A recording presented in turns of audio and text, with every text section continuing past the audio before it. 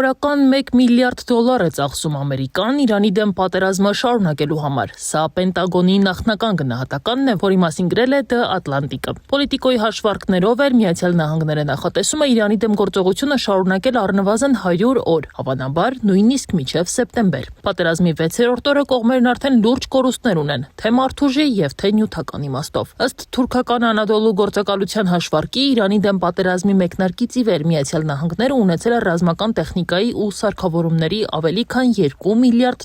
կորուստ։ Այն, որ ամերիկյան տնտեսությունը ամենայն դեպս անհրաժեշտ միջոցներ ունի պատերազմ վարելու համար, կասկածից վեր է, այն հարց է, թե այդ պատերազմը ավելի հեռանկարում ինչպիսի ազդեցություն կունենա տնտեսության վրա,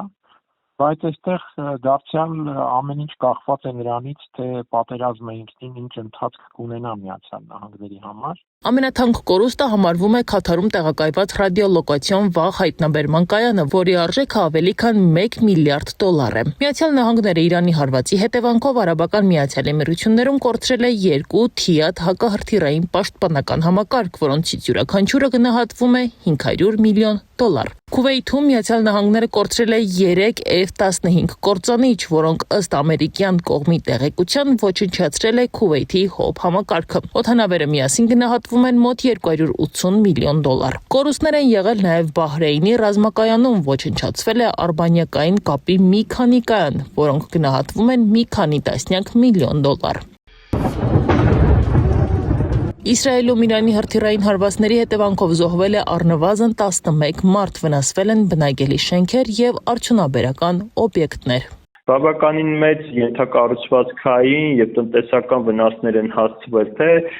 Միացյալ Էմիրություններին, թե Սաուդյան Արաբիային, որը բավականին զգալի է, թե Քուվեյթին, եւ այս իմաստով կարծում եմ Իրանը այդ պահին իր առջև դրել է խնդիր հնարավորինս մեծ տնտեսական եւ ենթակառուցվածքային լոգիստիկ վնասներ հասցնելով ստիպել ճնշում բանեցնել Միացյալ Նահանգների եւ Իսրայելի վրա։ Պարսից ծոցի ջրերում Իրանը հարվածել է ամերիկյան նավթատար 3 նավի, դրանք կամ ամբողջությամբ են ոչնչացվել, կամ մասամբ վնասվել են, իսկ 4 նավաստի զոհվել է։ Շուկայից դուրս է մնացել մոտ 1 միլիոն բարել նավթ, ինչը նոր լարվածություն է առաջացրել համաշխարհային էներգետիկ շուկայում։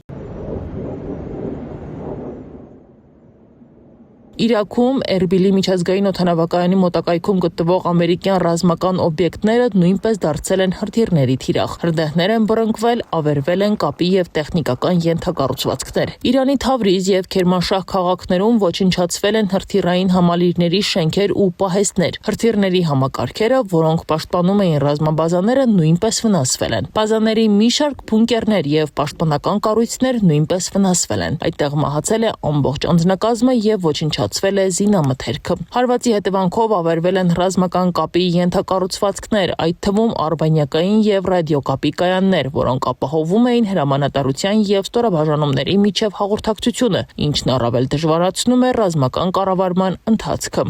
Մյուս կողմից Իրանում եւս բավականին լուրջ վնասներ կան, այդ վնասները ոչ միայն տնտեսական ու ենթակառուցվածքային են, այլև դրանք հասցվում են Իրանի քաղաքական նշանակության օբյեկտներին, նաեւ 3 հայտարարվեց Միացյալ Նահանգների կողմից, որ անցնում են ավելի խորքային հարվածներ հասցնելու մարտավարությանը, ինչը կնշանակի, որ Իրանի տարածքում ավելի մեծ աշխարհագրություն կընդգրկվի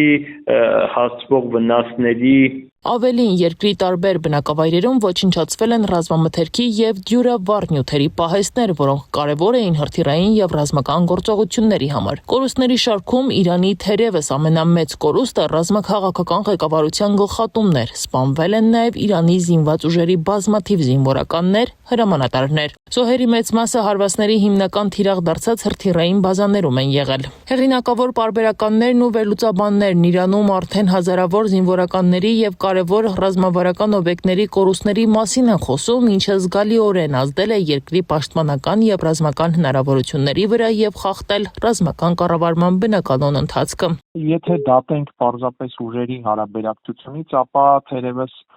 կասկած չկա, որ զուտ ֆիզիկական կորստի իմաստով շատ ավելին կարող են լինել Իրանի կորուստները, որովհետեւ ուժերը, հարվածային ուժերը համաչափ չեն, բնական է Միացյալ Նահանգները եւ Իսրայելը համատեղ ունեն շատ ավելի մեծ հարվածային ներուժ եւ հետեւաբար ենթադրվում է, որ շատ ավելի վնաս կարող են տալ Իրանին։ Դեռևս անհայտ են Իսրայելի կորուստները, բայց մասնագետները ենթադրում են, որ ամենից շատ կորուստ կունենա Իրանը, հաշվի առնելով հարվածների ինտենսիվությունը եւ մասշտաբը։